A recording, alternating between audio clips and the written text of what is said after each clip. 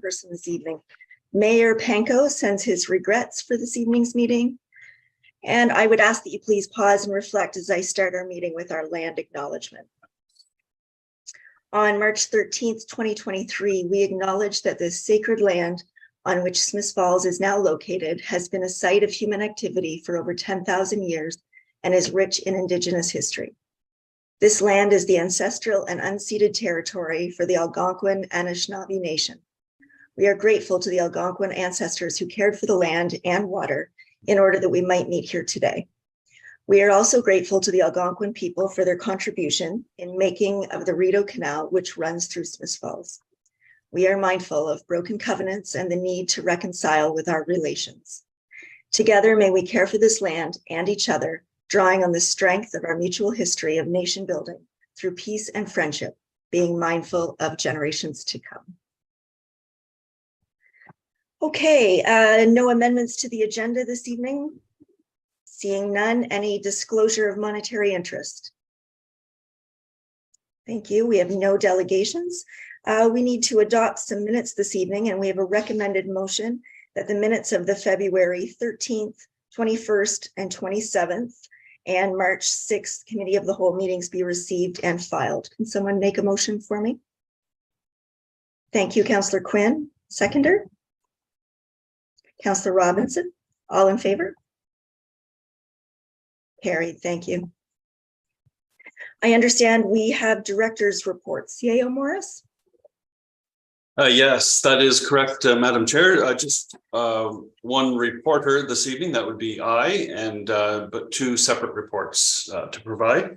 And they are both somewhat transformational. So I'll start with the high frequency rail project that many of you have probably heard about. This is a federal government initiative. And the objective is to, as I understand it, is to connect Toronto with Quebec City on a alignment that would be different than the existing CN-owned rail line that exists today.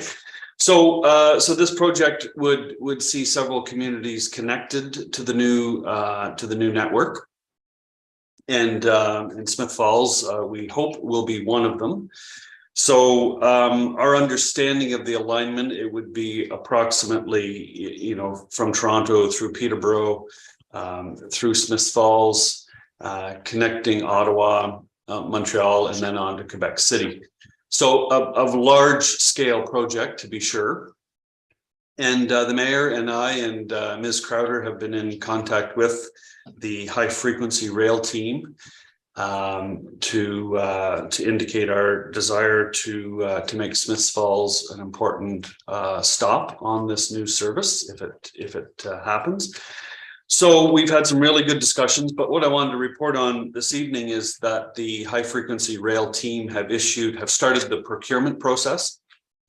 So on February 17th, they issued an RFQ, and that will be to identify qualified partners that would be able to design, build, finance, operate, and maintain the passenger railway. So it would be a big contract. So once the RFQ process evolves, it will then transition into an RFP process. And the objective is to have a partner identified by probably the second quarter of 2024. So as I said, it's a big undertaking, a big procurement process. And obviously our interest in having that service run through Smiths Falls, I think, is a testament to our rail history, our rich rail history here in Smiths Falls. And it's something we've been working very keenly to understand what kind of infrastructure would be needed to make that happen. So very early stages, I just wanted council and those watching to understand that the process has started. It is a federal government initiative. And we're very much tuned in to the people that are quarterbacking the process to make sure that Smiths Falls is well represented on the eventual passenger rail line. So perhaps I'll pause there and see if there are any questions. Thank you, CAO Morris. Councillor McKenna?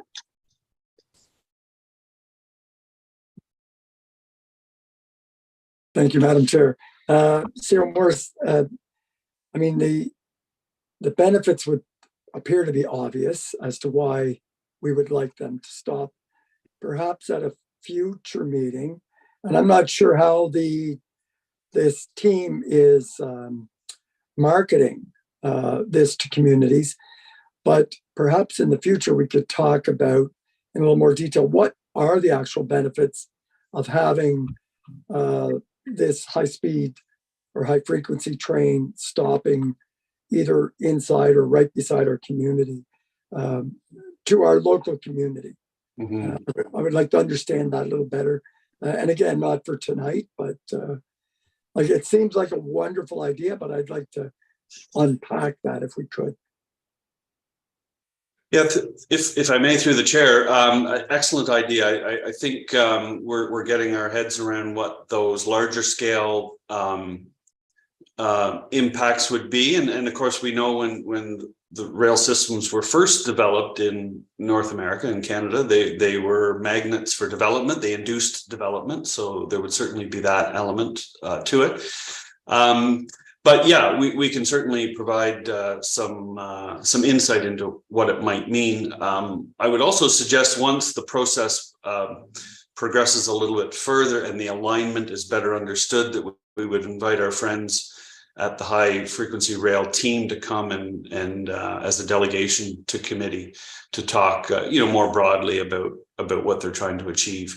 But I think what's important is that it's a dedicated passenger rail line, which is quite different than our existing Via Rail service that shares tracks with others, including freight trains. So they're certainly pursuing frequency and dedicated lines where other trains are not taking priority over passenger trains. Thank you. Councillor Quinn has a question, if you don't mind. Sure. Thank you. And CAO Morris, what is the financial impact of this, or do you have any idea, like on the town of Smith Falls? Yeah, that's a great question. I think there shouldn't be any direct cost to the town. That's our assumption at this early stage in the project. It is a federally funded project. But I think going to Councillor McKenna's comment, there may be downstream financial impacts, financial benefits that the town would glean from this kind of project. So I think we could certainly attempt to quantify what they would be and bring that back for discussion. Wonderful, thank you. Thanks. We'll look forward to that, CAO Morris. And you had a second report? Yes, the second one relates to a project, again, that's being federally mandated but delivered provincially, and that's it's called NG 911. That means Next Generation 911 Service. Many of you will recall when 911 service was implemented, it was based on obviously a direct connection to emergency services, but it was based largely on people using a landline phone that could be located in terms of an address. But we've evolved, as we all know, significantly from that point, and it's becoming increasingly difficult to identify the location of someone that may be nonverbal that's making a 911 call. So this project is meant to overcome some of those technological challenges that all emergency service providers have faced. So it is a rather large project. It's being mandated for implementation by 2025, I think March of 2025. So there's much work to be done before we get there. But so at the provincial level, the Ministry of Solicitor General's office had committed, I think it was $208 million in funding to help municipalities and providers of dispatch service to transition to the new NG 911 technology. So in November of last year, funding support was announced. We applied for the funding, and I'm happy to say we were successful. we being the fire department. Police services also applied for funding and were equally successful in securing funding.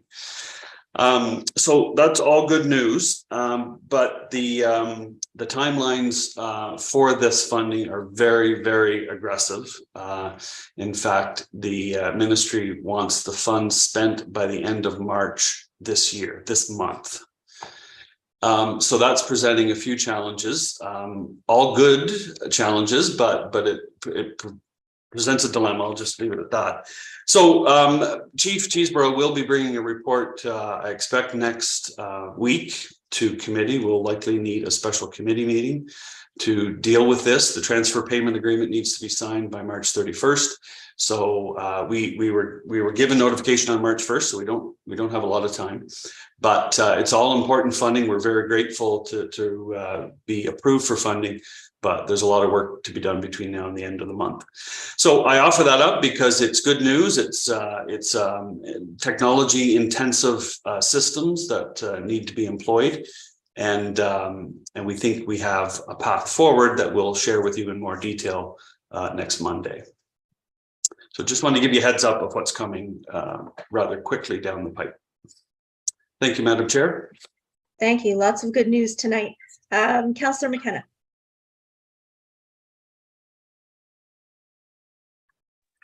Thank you, Madam Chair, and CEO Morris, and congratulations to the authors of those applications. They've obviously done a good job. I did attend a provincial conference workshop on this topic, and I really would encourage my colleagues and members of the public to visit the website, the national website. CEO Morris just had a minute to give us a very high level on this, but it is so much more than, it's a very rich and beneficial, it's I think CEO Morris called it transformational. It really is that. So I would encourage us to really understand this. And as we develop a more sophisticated approach to our information technology, at least at the provincial level, they're encouraging us to weave this 911 new 911 system into our broader technology plans. It is far-reaching, and I really, really encourage you to do a little homework and visit that website to learn more about this. Thank you. Thank you. Any other questions for CAO Morris? Okay, thank you. Moving on, we have one correspondence item, an email from Shenda Bourne dated March 1st with a request for council to revisit the 2018 council decision respecting laying hens. And seeing no hands, I might suggest that we add this to a future committee of the whole agenda and ask for a staff report to come back with an update on the 2018 decision. We've got some thumbs up. Okay, thank you.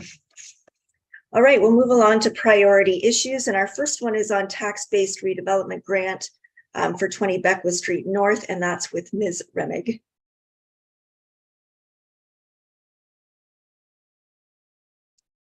Thank you, Madam Chair, and good evening, everyone. So this evening, I am bringing forward the final approval of the TIG grant application submitted for 20 Beckwith Street North. So the TIG grant is a financial incentive tool that was provided for under the Downtown and Waterfront Area CIP. The program offered successful proponents a tax abatement equal to an approved proportion of the tax increment where a redevelopment/rehabilitation project increased the impact assessed value by at least $300,000. The program requires the property owner to pay the full tax liability each year with the council approved portion of the municipal tax liability rebated back to the property owner early in the following calendar year. So the TIG grant application for 20 Beckwith Street North was submitted in 2017. Council at that time felt consideration of the application was premature given outstanding planning approvals for the redevelopment. Further, there was also apprehension with approving the application prior to impact reassessment of the property, which would provide more specific information for council's consideration. In 2021, planning staff in consultation with the CIP Evaluation Committee established an approval procedure for the TIG grant applications, giving property owners greater certainty of TIG approval without committing the town to exact figures. The process incorporated achieving in-principle approval by way of council resolution that established criteria and conditions that needed to be achieved through the project, or that would be included as part of final approval. Council was generally supportive of this approach and proceeded to grant in-principle approval for 20 Beckwith Street North by way of resolution, which has been included in my staff report for information. The property was reassessed in fall 2021 as a mixed-use property with a large portion classified as new multi-residential and a smaller portion classified as commercial. Unfortunately, conditions of in-principle approval had not been fulfilled at that time to enable council's consideration of final approval. The property owner has recently completed an amendment to the site plan control approval for the property. This was completed in February 2023, which fulfilled the final outstanding condition for in-principle approval. However, the original assessed value of the property has changed since fall 2021 and is now a full taxable commercial property at a value of $3,284,000. The CIP Evaluation Committee is the typical body to review and advise council on these forms of applications. However, this committee of council was dissolved in 2022 with the adoption of the new Smiths Falls CIP. Instead of a committee recommendation, staff have reviewed and the reassessed value of the property, the specifics of previous committee and council discussions, and council's in-principle approval for the property to inform a staff recommendation to council on final approval of the application. So staff are recommending that council approve a 10-year TIG grant for the subject property, starting at a maximum rebate of 80% of the tax increment in year 1. We are recommending that this decrease by 8% each year over the duration of a 10-year agreement. So staff's recommendation provides a consistent decrease in program assistance each year until the rebate reaches 0% in the year following conclusion of the agreement. The property owners have been consulted on staff's recommendation and have indicated that their preference is to receive a larger rebate for the first 5 to 6 years, followed by a significant decrease in program assistance for the duration of the agreement. However, staff feel the consistent incremental decrease will gradually phase in the full municipal tax liability for the property owner and will avoid any sticker shock associated with a substantial decrease in program assistance partway through the agreement. A funding scenario of staff's recommendation has been attached to the report as Appendix B for council's consideration, and I'm available to answer any questions council may have during their discussion. Thank you. Thank you. Do we have any questions? Councillor Robinson? Thank you. Mary, I just have a quick question about that. Everything that I read that was circulated was that the CIP committee were not happy with spending more than $100,000. This figure over the 10 years is now up to $460,968. I guess what I'm asking is why the variance? Go ahead. Thank you, Madam Chair. Thank you. So essentially what had happened at the time of CIP Evaluation Committee initial consideration of the reassessment in fall 2021, the property was reassessed as a new multi-residential tax rate, which is approximately half of the regular multi-residential tax rate. So the committee, because it was operating as a short-term rental accommodation at that time, they felt that the use of the property was more consistent with a commercial use. And because it was being assessed as not only a multi-residential, which is lower than the commercial assessment, but a new multi-residential assessment, which is even lower, they felt that there was quite a bit of assistance, I guess you would say, provided to the property owner. So not to put him on the spot, but Councillor McGuire did form part of that evaluation committee and may be able to provide additional context in terms of the committee discussion. Thank you. Councillor McGuire, did you want to chime in here?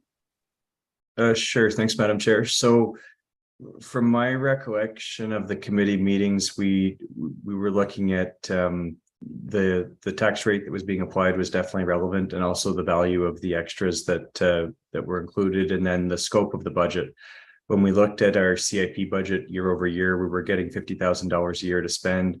So $100,000 over the 10 years was a significant amount of funds, more than we had given to any other project since the CIP committee was formed in 2015. So it was kind of striking that balance between a generous amount to help compensate for the huge amount of investment that went into the property, but also considering value for the taxpayer dollar. I think when I look at the 968,000 is a huge sum for me to look at. Is that how much deferred tax revenue we want to give up over the next 10 years? It's a steep number for me to process. I think in my head, the 150,000 range is something I'd be more comfortable with. But I think this is the challenge now that we've gotten rid of our CIP committee, is that it puts staff in a really awkward position where staff have to work with investors and developers in our community, and then we don't have that committee level to judge the value and the amount. So I'm really curious to understand the 8% number, where that's coming from, and what the rationale is for that 8% per year. Thank you. Ms. Remick, could you answer that? Absolutely. So the reason behind the 8% is just the consistent decrease. So the CIP, the Downtown and Waterfront Area CIP, to be more specific, states that a maximum value of 80% of the tax increment for taxable commercial is essentially the maximum eligibility. So I took the maximum eligibility for year one and I divided it by 10 for the duration of the agreement that council prescribed through their in-principle approval. And that resulted in an 8% decrease each year. Thank you. Councillor McKenna. Thank you, Madam Chair, and thank you, staff, for this very in-depth and comprehensive report.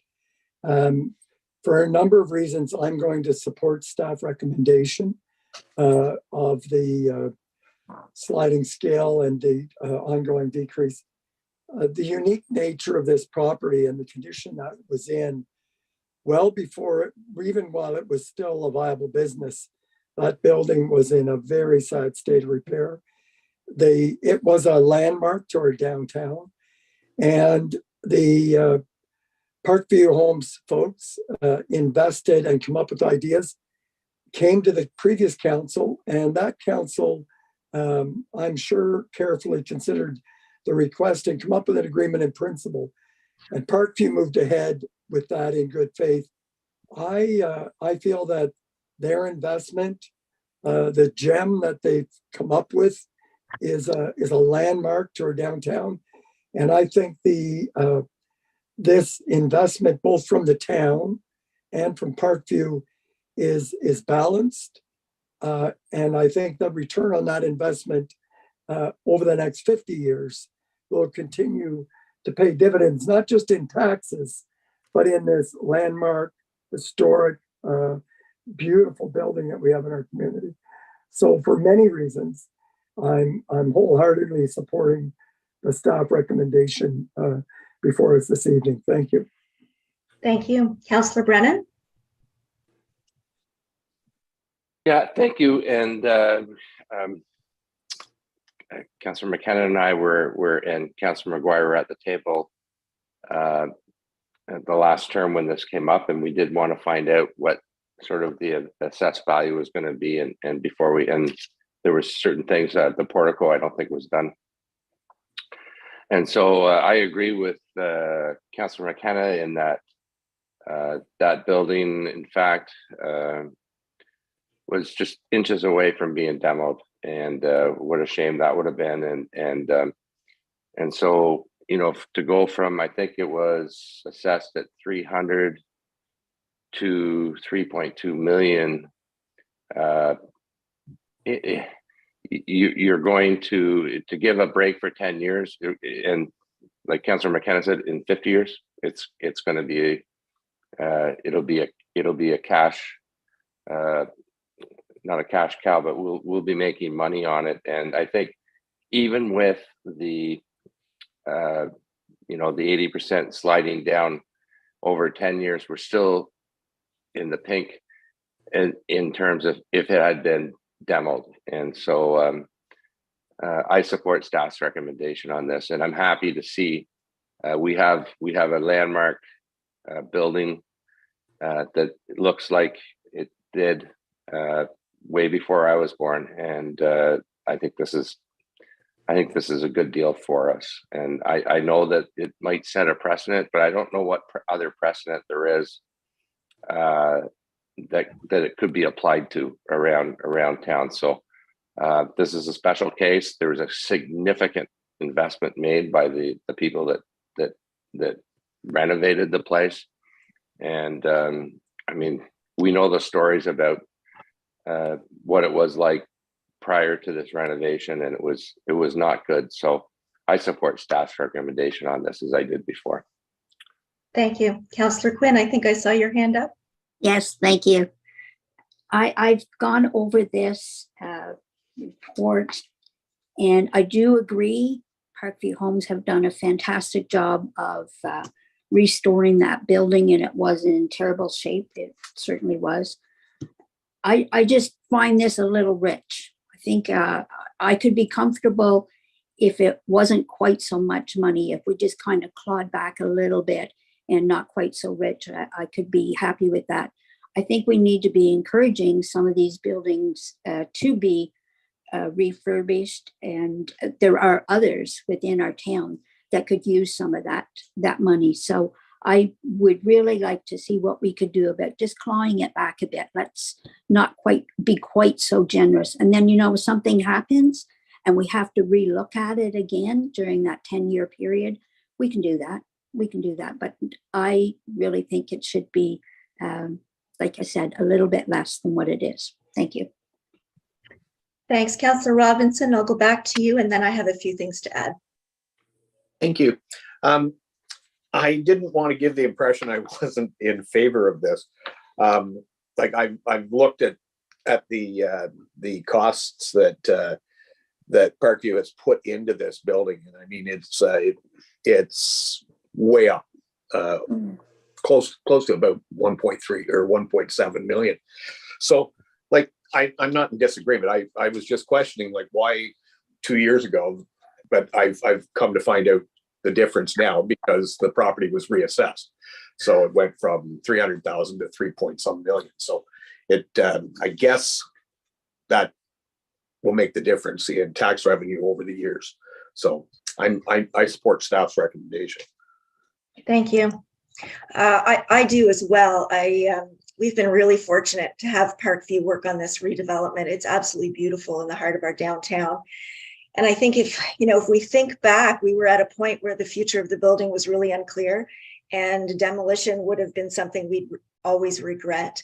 So they had a lot of unexpected structural expenses, and it was not a cheap project to complete. They also worked really closely with our Heritage Committee and our CIP Committee, and they met their commitments for this program to ensure that it was restored with, the replica of the old portico, beautiful heritage windows and doors, and all the other requirements that we set out for them. So that is my reasoning for supporting this. So I think, Councillor McGuire. Thanks, Madam Chair. I'm just going to give one last, I'm not going to go along with the recommendation. I definitely support an amount, but not the full amount that's being proposed tonight. I think when I look at our CIP plan, we've got housing is a big component of that. Heritage, of course, is a big component of that, but to give the full ask would suggest that it's checked all the boxes, and as it's not a housing development, a business decision was made to take that from a housing development to a commercial hotel development, and commercial properties pay more taxes, and that's what's increased the tax assessment on the building. I don't know that almost $461,000 is a huge amount of money when we look at just coming out of the budget season and what we spend six-figure sums on. So it's a bit too generous for me, so I will not be supporting it as staff recommend. Thank you. Councillor Brennan, did you want to speak again? Yeah, I just want to confirm, we're not giving the full ask, are we? I think This- that the Mary had said that they wanted something more generous. We're not giving the full ask. Ms. Remick, do you want to speak to that? Yep, through you, Madam Chair. So the full ask would be 80% of the tax increment for the full 10-year duration. So what staff's recommendation is starting at the maximum eligibility in year 1 and decreasing by 8% each year over the duration of the agreement. Thank you.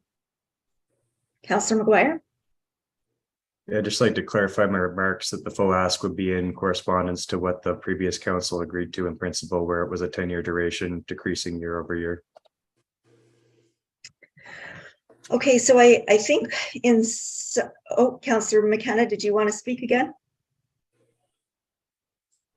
Just, there was a comment earlier, Madam Chair, that implied that another council could revisit this. As I understand this would be a 10-year legally binding agreement that would, I think, be attached onto their, it's a very formal, you just can't reopen it and change your mind next year. I think that wouldn't be how I would like to conduct business. And I don't think that's what Parkview Homes has in mind. I think there's some, if I'm not mistaken, there was some, and I forget the term, but this is attached to their property for the duration of the agreement and not to be revisited. Thank you for clarifying. So if I'm counting right, we have enough councillors who support the staff recommendation. So I thank you for your report, Ms. Remick. And if there's no further questions, I think you have your direction for moving forward with your recommendation. Thank you so Thank much. you. Have a good Thank you. Okay, moving on with our priority issues, we've got a 2022 drinking water summary report with Manager Barlow. Thank you, Madam Chairperson.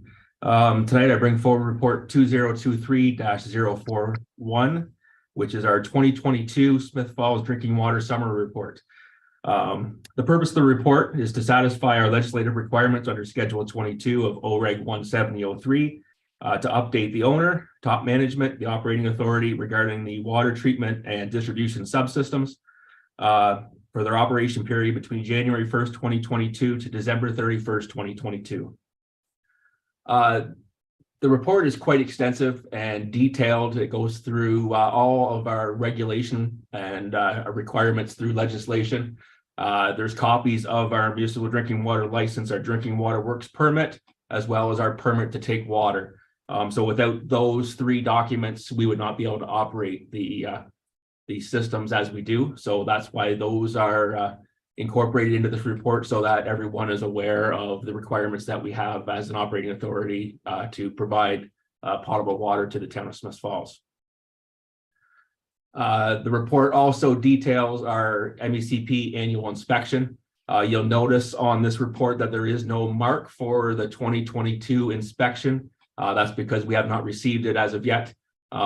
We've received the final inspection report on January 25th, and they allow for up to 2 months before we receive our marking grade on the inspection period. There was no non-compliance issues in the inspection. So I am hopeful that our report grade is similar to last year or even better.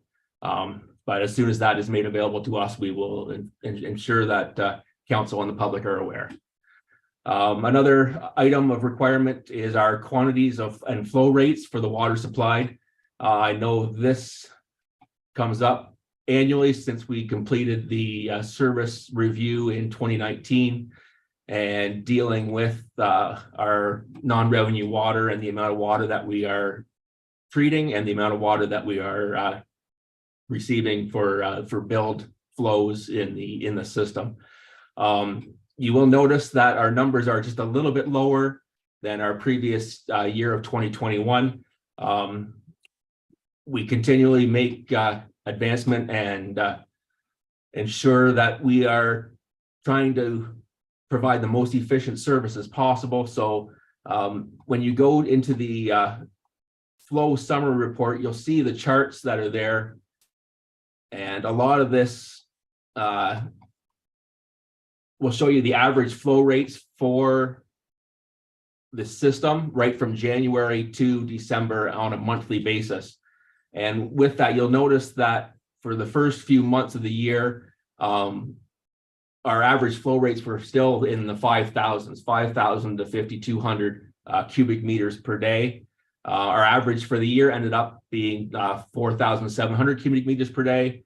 And if anyone watches our new flow link that we have on our data source or data studio through the town website, you'll notice that this year we are now averaging a flow of 36 to 3,700 cubic meters per day, which is quite a decrease from the previous year.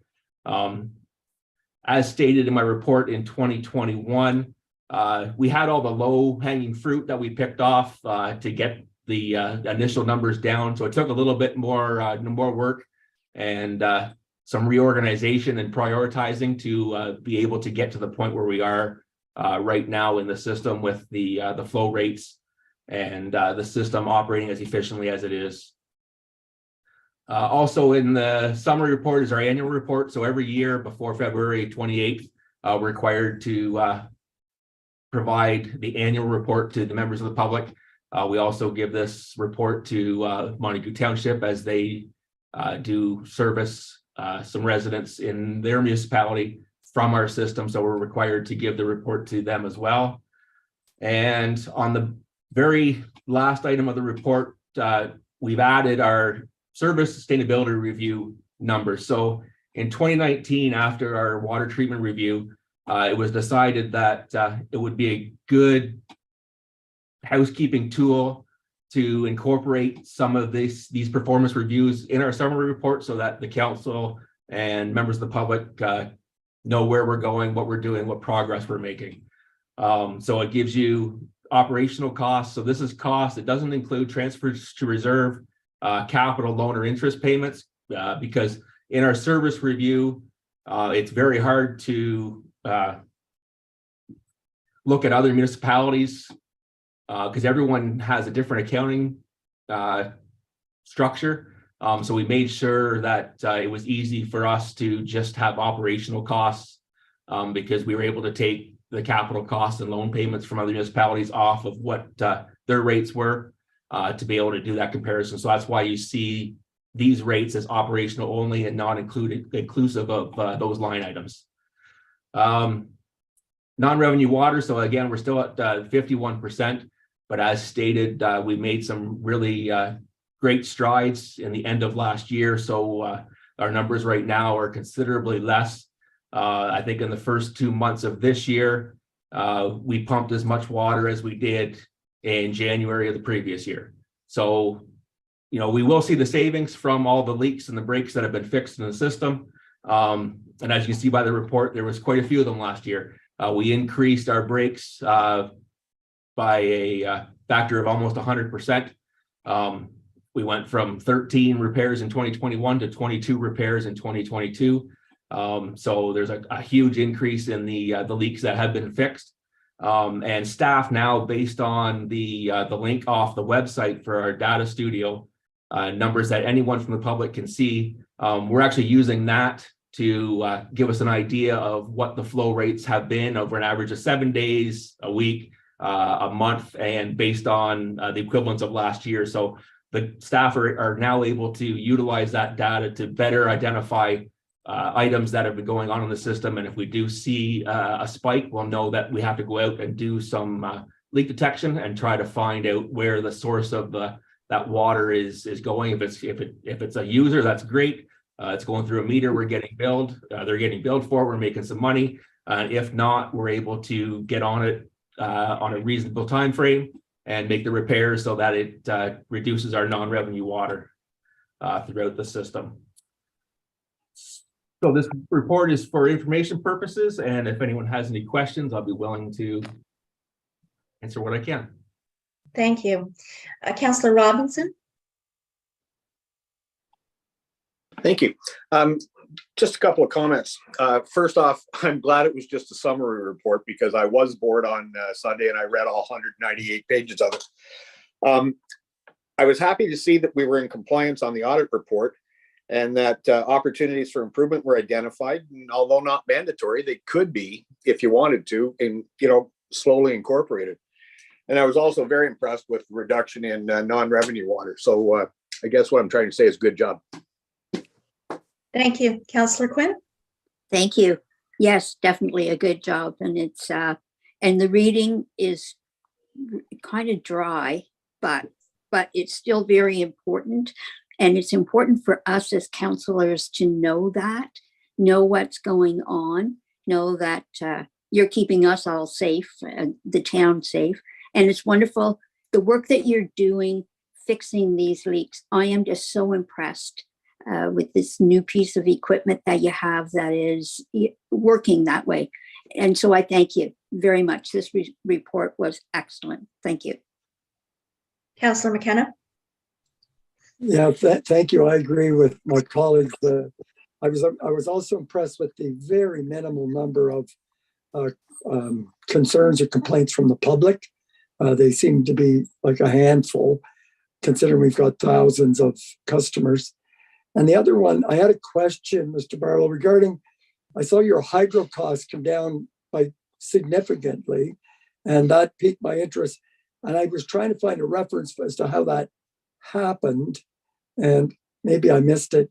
Could you enlighten me on how you saved us quite a chunk of money? Sure, through the chair. I believe that's just from our finding the leaks and making the repairs in the system, as well as the operational efficiencies in the plant.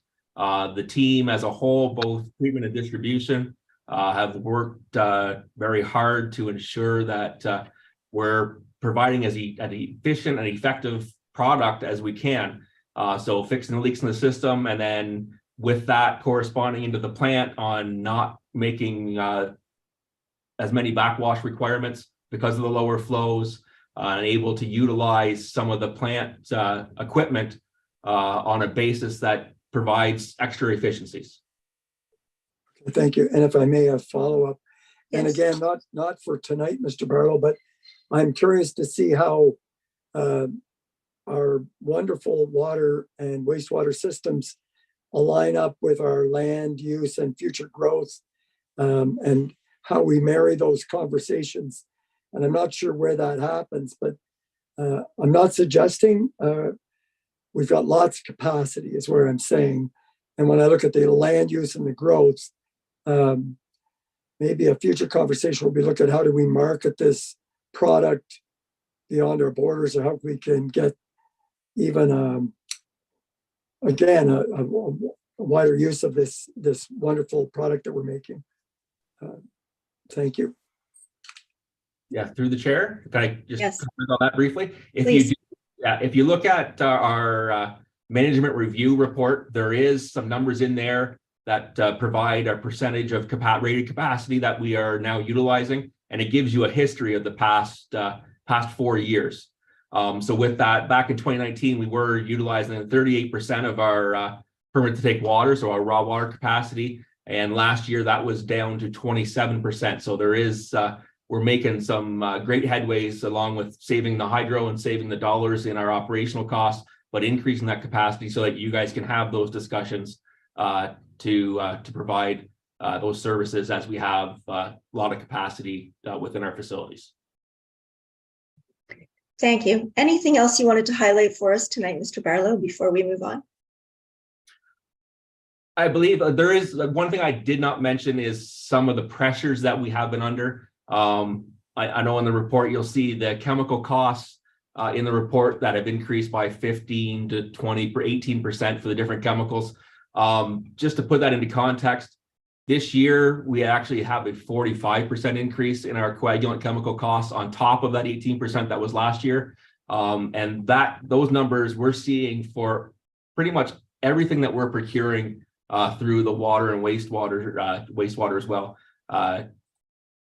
subsystems, is that we're like inflation 6-7%. Well, we're seeing costs much higher than that, and it is driving into our ability to keep our operational costs relatively low. So it's a great timing that we're now looking at the non-revenue water and being able to reduce that, because it's giving us that added space for the increased costs that we're seeing for chemicals and other products that we use in the systems. We'll watch for that. Thank you. Okay, thanks for your time and for your report. Moving along then, we're on to 7.3, the Transportation Advisory Committee. I think this is with Councillor Brennan. It is. Thank you. Thank you.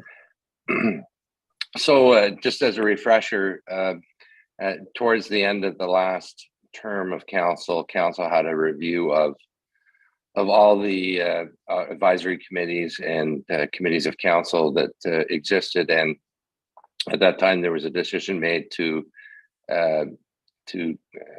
not continue with the Transportation Advisory Committee.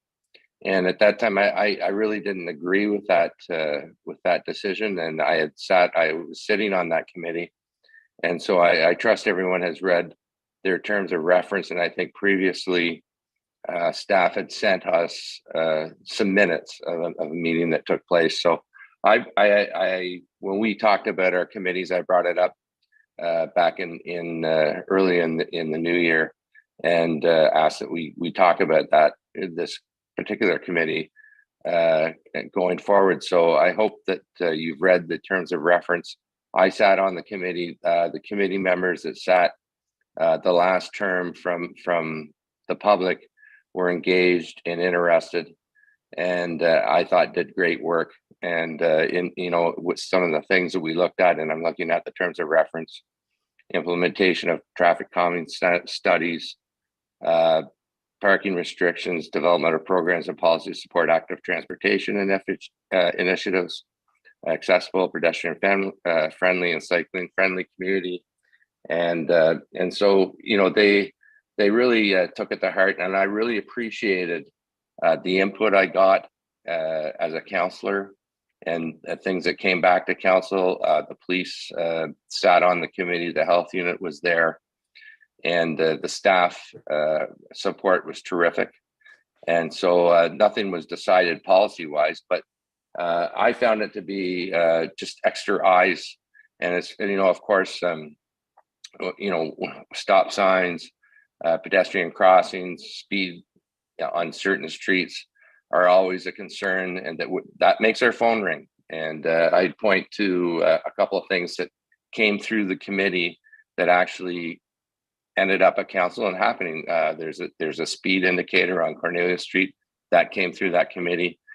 In this budget, we just did a PXO on Vincent and Jasper that came through that committee. And then it comes to council, staff looks at it, but committee brings things forward, and I think that it's useful. And I think that other than the staff time, it doesn't meet every week. The terms of reference say it meets periodically, quarterly at the minimum. So I'm really hoping that my council colleagues will agree that this is a useful committee for public input on things that really affect citizens, and hopefully we can bring it back. I'm willing to serve on it again if anybody else doesn't want to, but I'm happy to do that.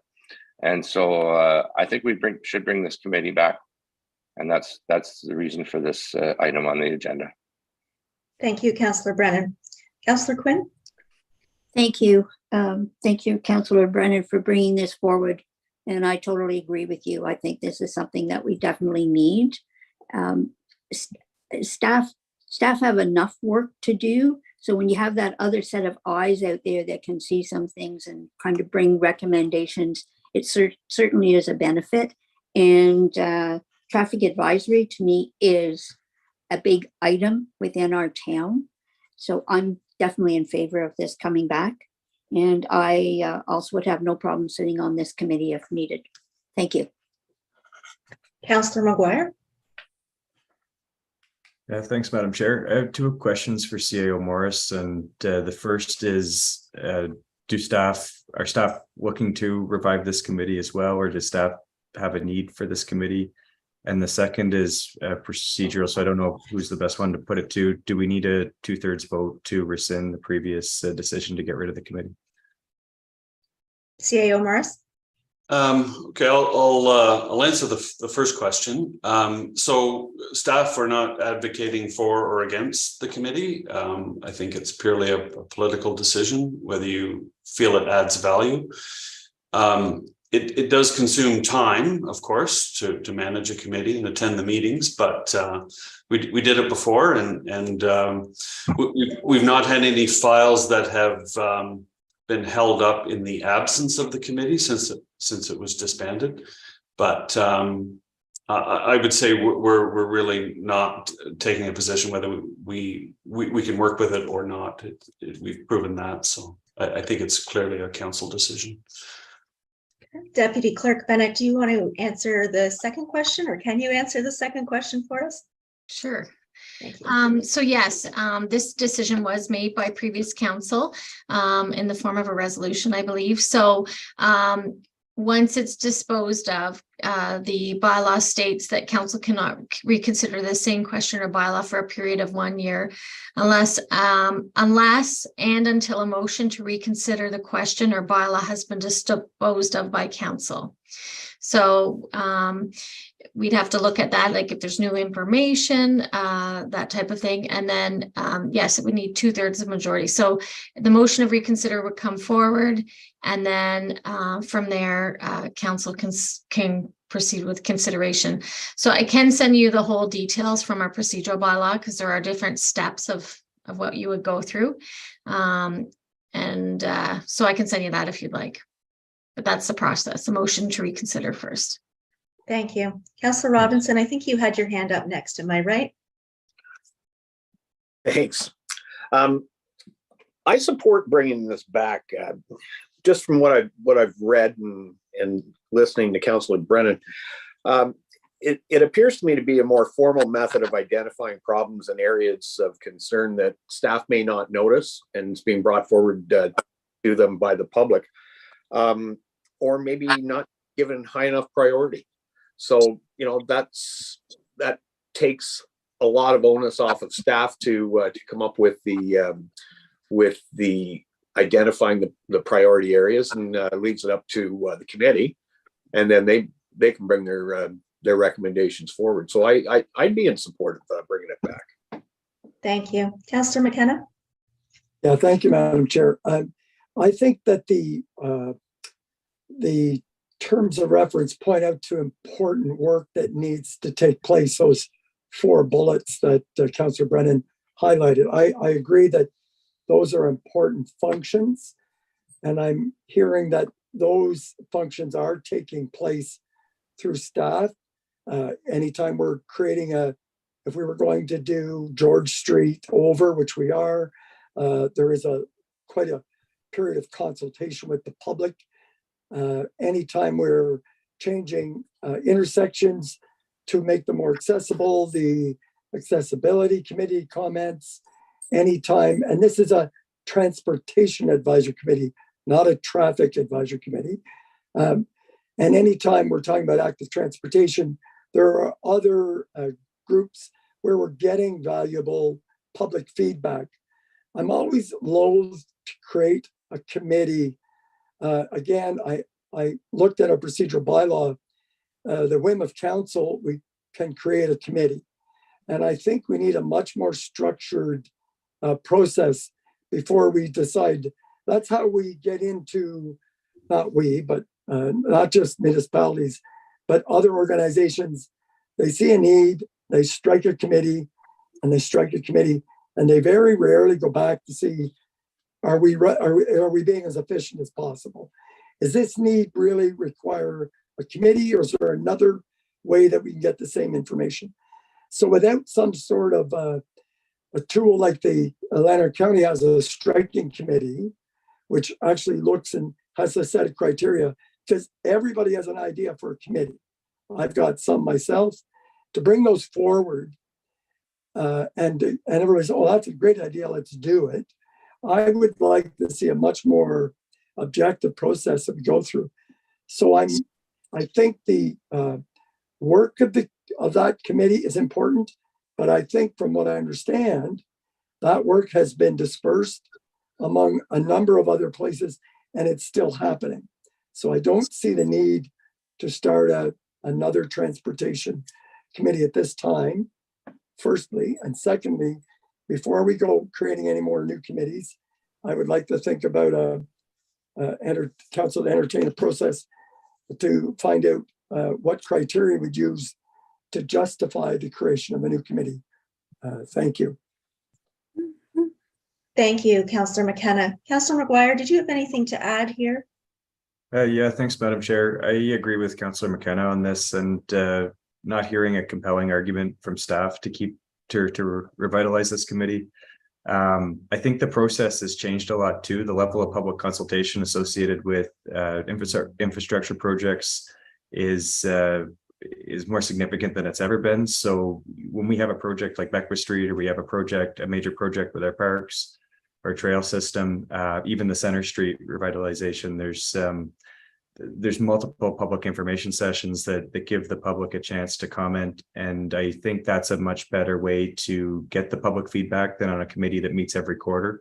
So it's more addressed to the specific projects we're working on. I think staff have been doing a great job of dealing with individual complaints.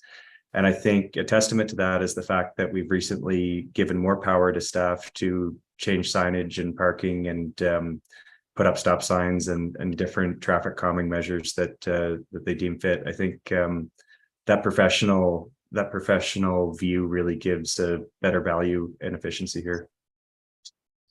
Thank you. Councillor Brennan, I appreciated Councillor McKenna's comments and am leaning in that direction. And I appreciate his thought on an opportunity to review criteria for new committees. And I was also wondering whether it would be wise, and this is perhaps for CAO Morris, to do a 1-year review of committees. Our previous council made a lot of changes at the end of their term to our committee structure. Whether we could do this in the fall of this year, review our existing committees and the gaps perhaps in committees and the criteria for creating new ones. Would that be something that council might consider as a way forward on this topic? Councillor McGuire? Thanks, Madam Chair. I think it's a good idea, but maybe once every term, at the end of the term. It worked really well, I think, at the last term of council, where we said, okay, we've been working with these committees for 4 years now. These are the ones that have more work to do, and these are the ones that might not have more work to do. But every year might just be a bit of turn into more of an exercise than we need to go into. Okay, that leaves us with a bit of a hung jury here on Councillor Brennan's point. So it would mean that we'd have to bring this back when we had our full council present. Councillor Brennan? Yeah, maybe we could just do a motion at a council meeting and vote on it, and then it'd be done with. I don't know what Deputy Clerk thinks. Well, you'd need support to bring it to committee. So if Madam Chair called that, whether council would support bringing forward a resolution to reconsider, you need to make a decision that way. So you would need 4 members in support of that. Right now it's at a loss because it's at a tie. So in that case, it's just a loss, unless you want to direct staff to bring it back to a future committee of the whole meeting for discussion. But at this point in time, it's a loss because it's. Councillor McGuire, did you have something to add? No. So I would put it to committee. Do we want to bring this forward to council? If you could put your thumbs up if you would like to bring it forward to council. So again, we are tied and at a loss on that, Deputy Clerk Bennett. I assume that's the summary you were giving us? Yeah. So it's at a loss at this point in time. There's not enough support to move it forward. So unless we receive a different direction, then it would nothing would come forward at this point in time. There's no support to move it forward. Okay. If there's nothing further on that topic, I guess we will move forward. Thanks, Councillor Brennan, for bringing that forward. Priority issue 7.4 with Deputy Clerk Bennett, statement of remuneration and expenses report. Okay, I'll just pull up the report here. Perfect. So this is an annual report that you will see come forward at the beginning of every year. It's something that we do as per Section 284 of the Municipal Act, whereby the treasurer of the municipality each year before March 31st prepares a report for council, itemizing the statement on remuneration and the expenses paid in the previous year. And it's not just to council members, but it's also to any committee or board member. So what we have done is we have compiled the information that we received from internally from our accounts payable department and payroll department. And the numbers reflect the 2018 to the 2022 council, as well as your current council. You'll note that the report will include the remuneration paid, the expenses to the council members, as well as anything that we received externally. For example, the Rideau Valley Conservation Authority, Mayor Pago received a per diem for that and an expense for mileage for that, as well as it includes the Health Unit, Planning Advisory Committee, and the Police Services Board. So the report before you today details what we received externally when we went out to call for these numbers, as well as internally what we received from, again, accounts payable and the payroll departments.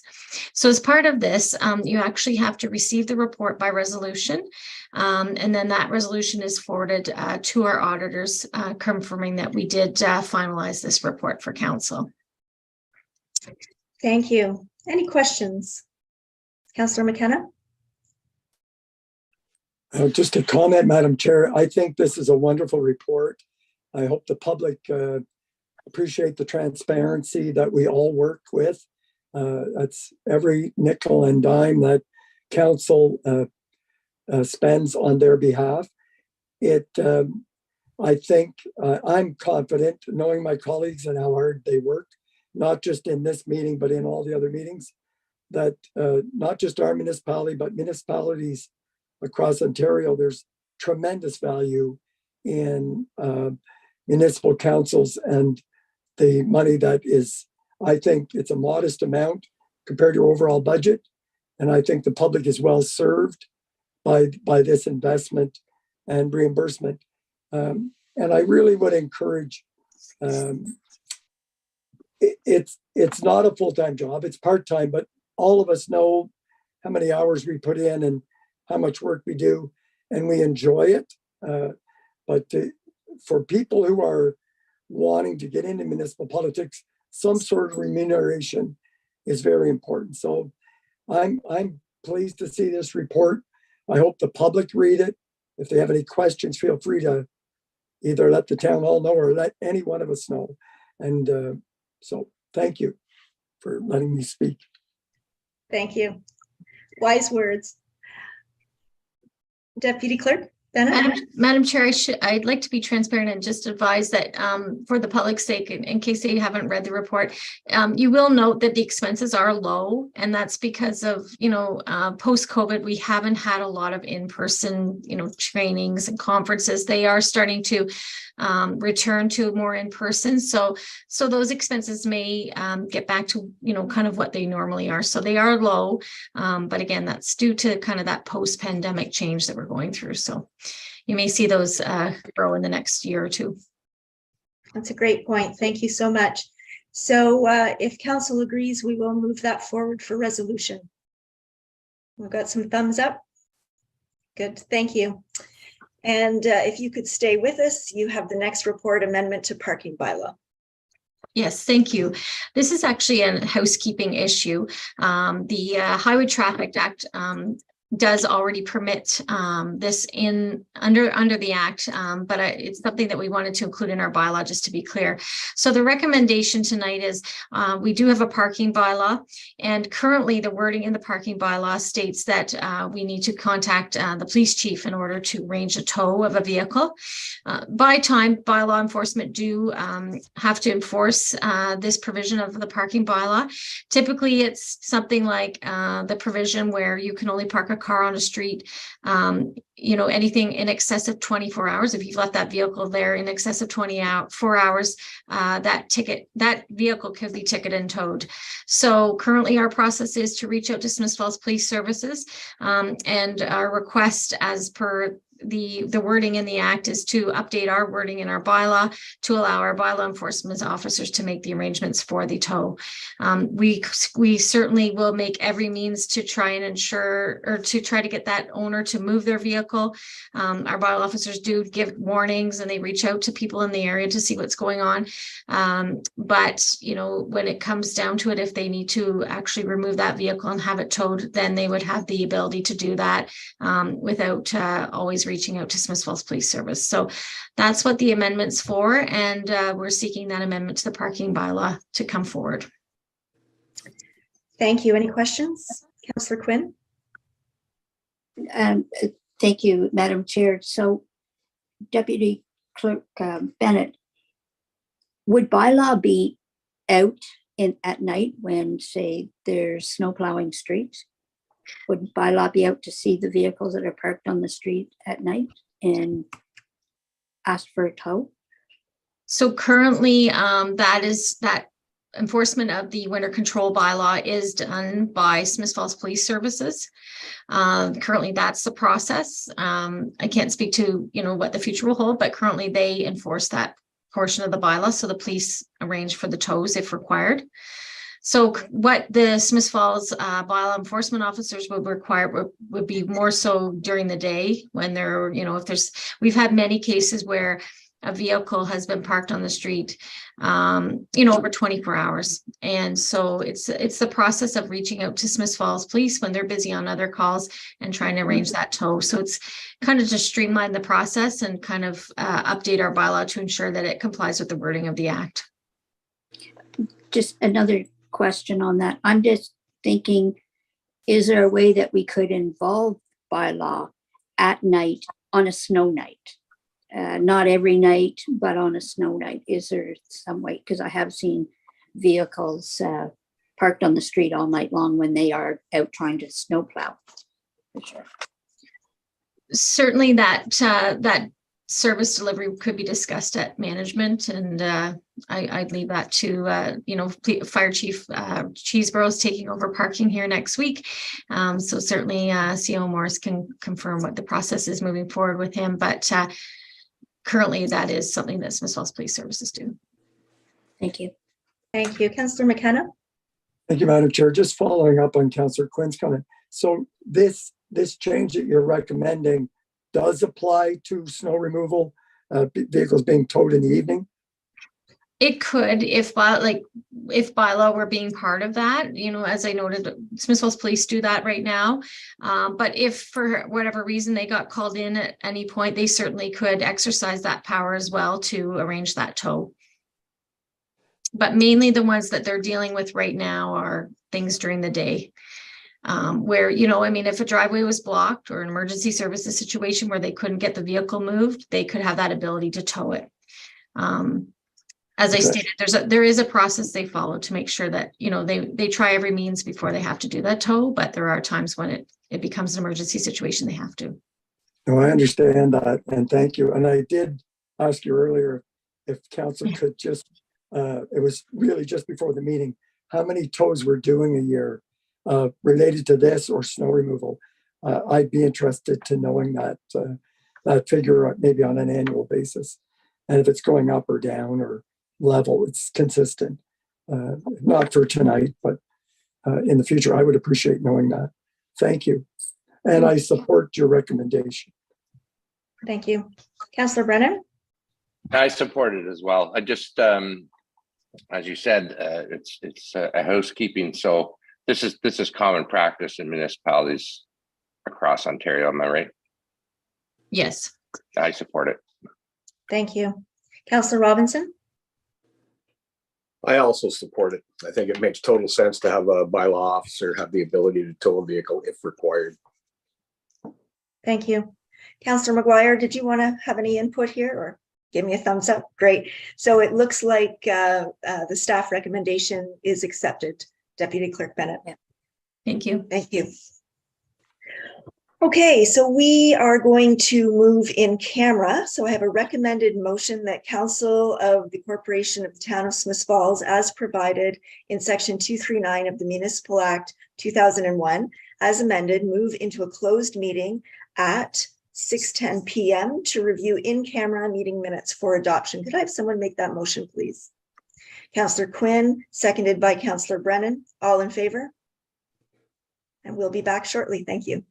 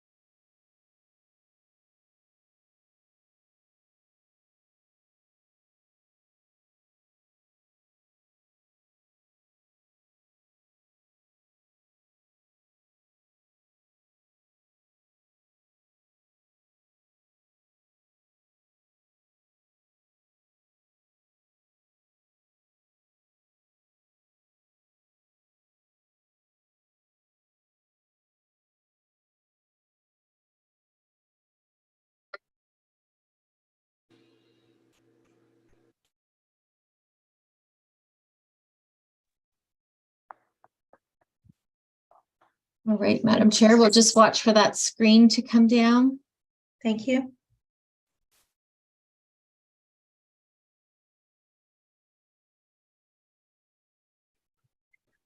Okay.